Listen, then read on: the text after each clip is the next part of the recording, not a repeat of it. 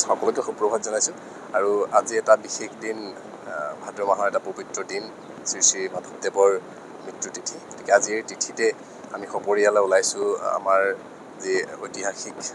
আউনীআটী সত্ৰৰ যি কলীয়াপানীস্থিত সত্ৰৰ নামঘৰ বা সত্ৰ গতিকে এই সত্ৰত আজি ভাওনাও আছে গতিকে আপোনালোকক মই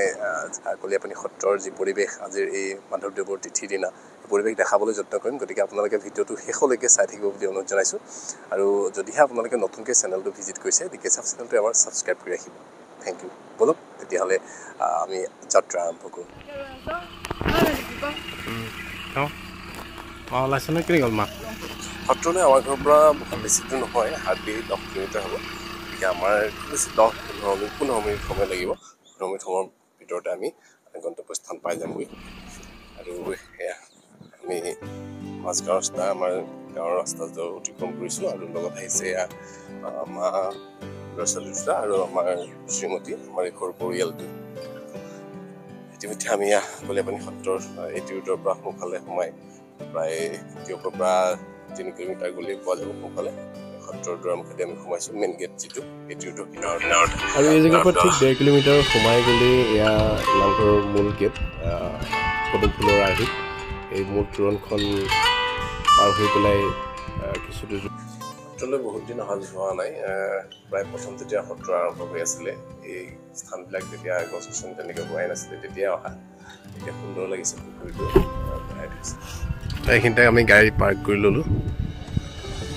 গছজোপাৰ তলতে আৰু এইফালে যথেষ্ট মানুহ হৈছে বাৰু দোকান পোহাৰো নতুনকৈ দিছে কাৰণ ভাদ মাহ আৰম্ভ হৈছে এখন দোকান চবেই মাতি দিছে মানুহকেইটা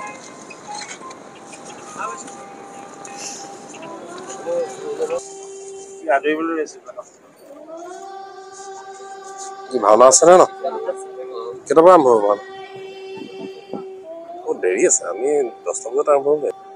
এইখিনিতে সকলোকে এটা কথা জনাব বিচাৰিলোঁ যে আমি 10:30 ভাওনা হ'ব বুলি সোনকালে আহিছিলোঁ 2টা বজাৰ পিছত যদি ভাওনা হয় আমি চাগে ভাওনা আপোনালোকক দেখাব নোৱাৰিম তাৰ কাৰণে দুখিত যথেষ্ট মানুহ হৈছে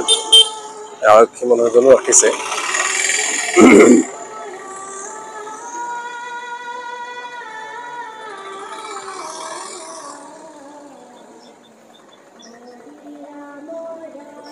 এফালে যথেষ্ট দোকান আছে কিন্তু আমি প্ৰথম অৱস্থাত ভাবিছিলোঁ দোকান কম আছে কিন্তু ইয়াত যথেষ্ট আছে এফালে বিভিন্ন বনোহাৰী মানে নামঘৰক যি ভাদ মাহক উদ্দেশ্য কৰি কিছুমান দোকান গঢ় লৈ উঠিছে স্থানীয় মানুহখিনিয়ে দিছে খাৰুমণিৰ পৰা আৰম্ভ কৰি দোকানখিনি আৰু বিভিন্ন ধৰণৰ মূৰ্তি আছে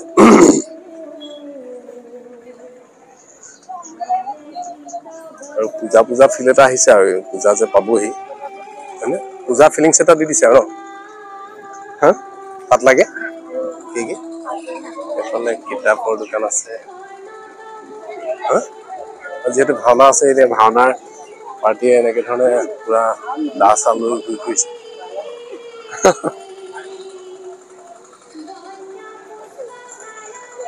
যিহেতু ভাওনা আছিলে ভাওনাৰ দলটো আদৰিছে বুলি গম পাইছোঁ গতিকে আগলৈ গ'লে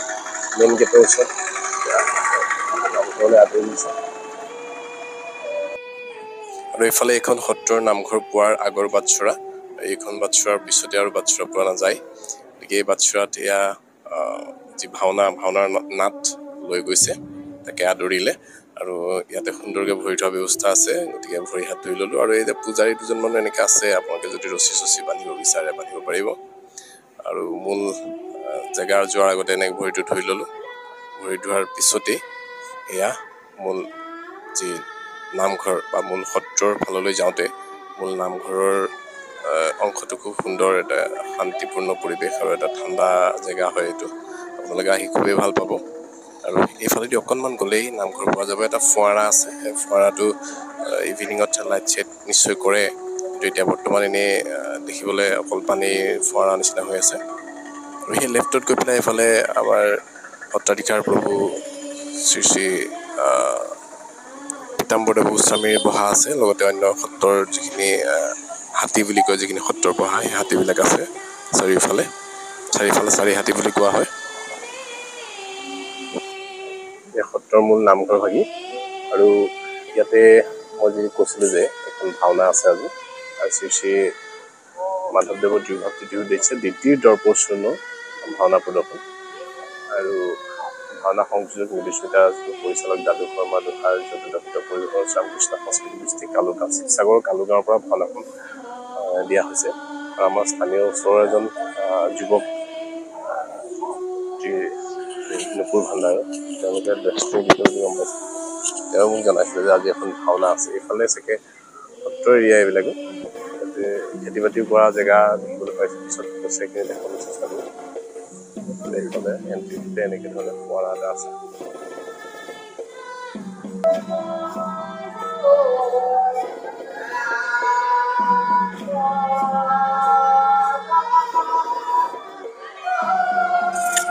আৰু এইফালে হৈছে ইয়াৰ মূল নামঘৰ ভাগ আৰু এই নামঘৰ ভাগৰ কাষলৈ চাকি বন্তি দিয়াৰ এটা জেগা প্ৰস্তুত কৰি দিছে গতিকে তাতে সকলোৱে চাকি বন্তি জ্বলাইছে কিন্তু এটা কথা মই লক্ষ্য কৰিলোঁ যে ইমান সুন্দৰ নামঘৰ ভাগিৰ ভিতৰত এনেদৰে চাকি বন্তি জ্বলোৱা জেগা যদি এনেকৈ ধৰণে দিয়া হয় তেতিয়াহ'লে যথেষ্ট পৰিৱেশটো কিবা লেতেৰা আৰু ধোঁৱাময় হৈ যোৱা দেখা যায় গতিকে চাকি বন্তি জ্বলাবৰ কাৰণে হয়তো আছুতীয়াকৈ বাহিৰত যদি জেগা টুকুৰা ৰাখিলেহেঁতেনে সেই জেগা টুকুৰাত জ্বলোৱা হ'লে হয়তো এনে পৰিৱেশটো আৰু অলপ ভাল হ'লহেঁতেন বুলি ভাবিছোঁ গতিকে কৰ্তৃপক্ষই যদি চাইছে দৃষ্টি দিব বুলি অনুৰোধ জনাইছোঁ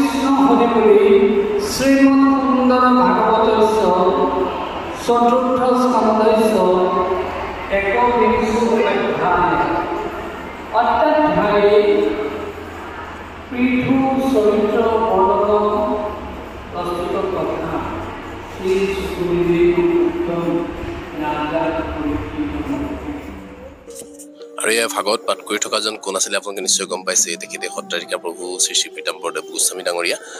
তেখেতে সংস্কৃতত ভাগৱত পাঠ কৰি আছিলে আৰু ইয়াৰ লগতে আমি এই নামঘৰৰ যি গোবিন্দ মহাপ্ৰভু তেখেতকো দেখাবলৈ চেষ্টা কৰিলোঁ গোবিন্দ মহাপ্ৰভু আচলতে এই মূৰ্তি ভাগ উৰিষ্যাৰ পৰা প্ৰথম অৱস্থাত মাজুলীৰ আউনীআটী সত্ৰলৈ অনা হৈছিল কিন্তু ইয়াৰ পিছৰ পৰৱৰ্তী সময়ত এই নামঘৰত বা এই যি সত্ৰৰ মূল নামঘৰ এই নামঘৰলৈ মহাপ্ৰভু বা এই মূৰ্তিকেই ভাগ ক'ৰ পৰা অনা হৈছিলে সেইটো জনা নাই পৰৱৰ্তী সময়ত আপোনালোকক জানিলে মই জনাবলৈ চেষ্টা কৰিম গতিকে আমিও সেৱা জনালোঁ আৰু সকলোকে গোবিন্দ মহাপ্ৰভুৱে কৃপা কৰক তাকে কামনা কৰি সকলোৰে হৈ আশীৰ্বাদ বিচাৰিলোঁ আৰু ইয়াৰ পিছতেই যিহেতু ইয়াতে দিহানাম হৈ আছে খুব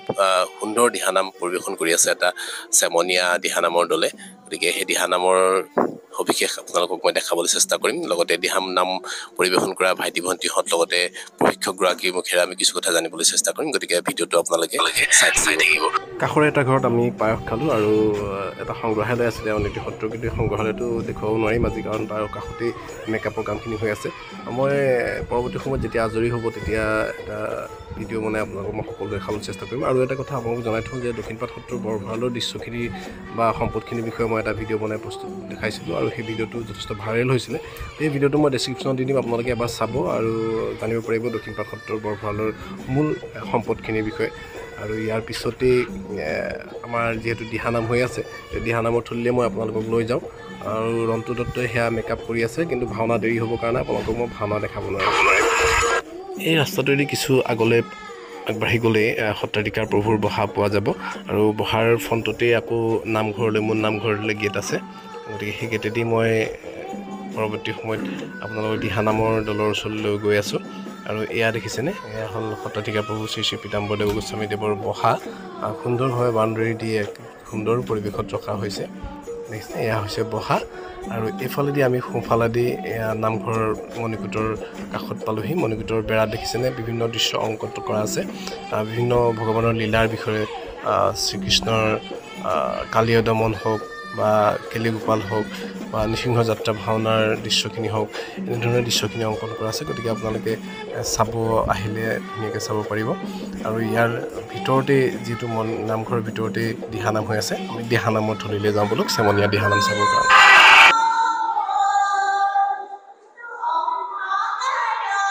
আপোনালোকে লক্ষ্য কৰিবচোন আপোনাৰ এই কিশোৰীগৰাকীয়ে নিজে নেগেৰাও পাইছে আৰু লগতে নামো পৰিৱেশন কৰিছে একেলগে একেটা সময়তে গতিকে এটা ভাল লগা দৃশ্য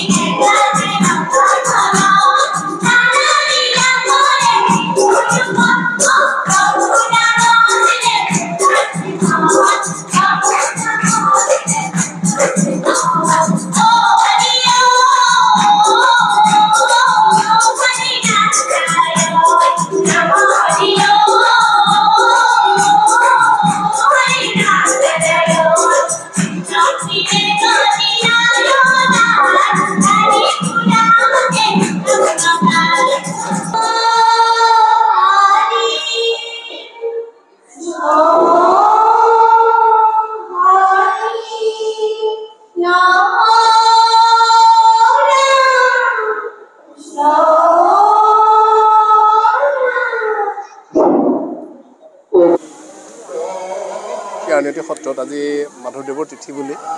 এভাগ দিহানাম পৰিৱেশন কৰা পালোহি আৰু সেই দিহানাম ভাগ পৰিৱেশন কৰিছিলে ঘোঁৰাচৰাৰ কণ কেইগৰাকীমান কিশোৰী আৰু কিশোৰে। গতিকে তেওঁলোকৰ অকণমান দুআষাৰ মই সুধি পেলাই তেওঁলোকৰ যি অভিজ্ঞতা বা তেওঁলোকে কিমান দিনৰ পৰা শিকি আছে জানিব বিচাৰিম। মই বহুত বছৰৰ পৰা শিকিছোঁ, সৰুৰে পৰা শিকি আছোঁ। আৰু এয়া যে বাইদেউ আপুনি প্ৰশিক্ষণ দি আছে? আমাৰ দুটা দল আছে, ঘোঁৰাচৰা বিষ্ণুজ্যোতি মইনা পাৰিজাত আৰু আমাৰ মইনা পাৰিজাত আৰু খেৰহুটি আমাৰ শিশুসকলৰ দল হয় দুটা। মইনা পাৰিজাত আছে হয়, প্ৰায় 60ৰ ঊৰ্ধত আছে মোৰ ল'ৰা ছোৱালী আৰু এই দুইটি দল তাৰে।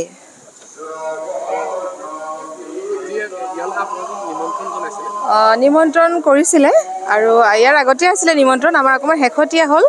এওঁলোকৰ মানে আজি 20টামান দিনো হোৱা নাই, দুই ভাগ নাম শিকা অনুশীলন কৰা হয়।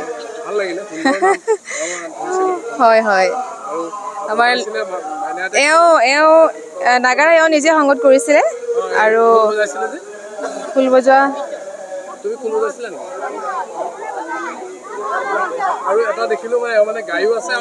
হয় হয়, এইটো এওঁৰ মানে ঈশ্বৰ প্ৰদত্ত এটা গুণ। হয়, আমাৰ এইখিনিতে মই ধন্যবাদ জনাব বিচাৰোঁ বিশেষকৈ অভিভাৱকসকলক। তেওঁলোকৰ আজি সহযোগ নোহোৱা হ'লে আছেই হয়, তেওঁলোকৰ এই মানে সহযোগ নোহোৱা হ'লে আজি অসম্ভৱ। মই সুখ অনুভৱ কৰিছোঁ, মোৰ মানে প্ৰচেষ্টা এয়া আজি ভাল লাগিছে। আৰু মোৰ ৰত্না দেৱী বৰুৱা। হয় হয় হয় হয় হয়, কৰি আছে হয়। ধন্যবাদ। পৰৱৰ্তী দিনত আপোনালোকৰ এই শিশুসকলে এই যি আমাৰ ভগৱানৰ যি নাম প্ৰসংগ বা দিহানাম আগবাঢ়ি যাওক তাকে নিশ্চয়, আমাৰ ফালৰ পৰা অশেষ ধন্যবাদ আপোনালৈ। তোমাৰ নামটো কোৱাচোন? নমস্কাৰ, মোৰ নাম শ্ৰী কৃষ্ণা গগৈ। নেগেৰা তুমি একেলগে বজাইছা নামো গাইছা নেগেৰা বজাইছা নেগেৰা বজোৱা কিমান দিনৰ পৰা বজাইছা নেগেৰা মই সৰুৰে পৰা বজাইছোঁ 6-7 বছৰমানৰ পৰা আচলতে এই ভিতৰুৱা জেগাৰ পৰা কিছুমান প্ৰতিভা আছে একেলগে বজাই একেলগে দিহানামটো সুন্দৰভাৱে পৰিৱেশন কৰাটো বৰ সহজ কথা নহয় গতিকে কণমানিগৰাকীৰ ভৱিষ্যত উজ্জ্বল কামনা কৰিছোঁ ভাল লাগিলে ধন্যবাদ ল'ৰা দলৰ এয়া দলপতি তোমাৰ নাম ক'বা দেই একেলগে ছোৱালী দলো আছে ল'ৰা ল'ৰা দল তোমাৰ নাম কি নমস্কাৰ মোৰ নাম শ্ৰী ৰাজপল বৰুৱা ৰাজপাল বৰুৱা আচ্ছা তোমালোকে কিমান দিন শিকি আছা এতিয়া দিহানাম